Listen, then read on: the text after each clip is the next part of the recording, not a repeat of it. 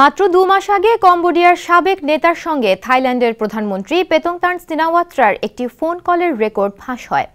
এর জেরেই তার প্রধানমন্ত্রী পদ স্থগিত করেছিল আদালত। এরপর শুক্রবার পেতংতানকে ক্ষমতা থেকে পুরোপুরি সরিয়ে দেওয়া হলো। ২০২৪ সালের আগস্টে থাইল্যান্ডের ইতিহাসে সর্বকনিষ্ঠ প্রধানমন্ত্রী হিসেবে দায়িত্ব গ্রহণ করেন পেতংতান সিনাওয়াত্রা। মাত্র ১ বছর ক্ষমতায় থাকার পরই ক্ষমতাচ্যুত হতে হয় তাকে।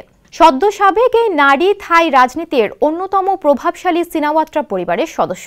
ফাঁস হওয়া সেই ফোন কলে তাকে কম্বোডিয়ার সাবেক প্রধানমন্ত্রী হুন সেনকে আঙ্কেল বলতে শোনা যায়। ওই সময় তিনি তার নিজ দেশের সেনাবাহিনীর সমালোচনা করে বলেন, তার সেনাদের কারণেই কম্বোডিয়ার এক সেনার প্রাণ গেছে। স্যান্ডেলিনা সো, রূপচর্চায় আভিজাত্য। তার এই ফোন কলের রেকর্ড ভাইরাল হলে ব্যাপক সমালোচনার সৃষ্টি হয়।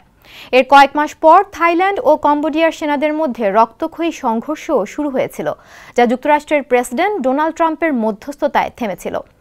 গেল ১৫ জুনের ওই ফোন কলে পেতংতানকে আরও বলতে শোনা যায়, যে কোনো কিছু চাইলে আমাকে বলবেন, আমি বিষয়টি দেখব।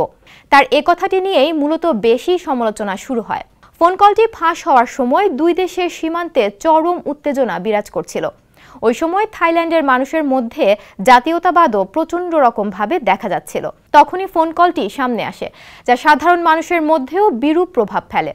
বিরোধী দলগুলো অভিযোগ করে পেতংতান গোপনে থাইল্যান্ডের স্বার্থকে বিসর্জন দিচ্ছেন, যদিও এরপর তিনি সাধারণ মানুষের কাছে ক্ষমা চান।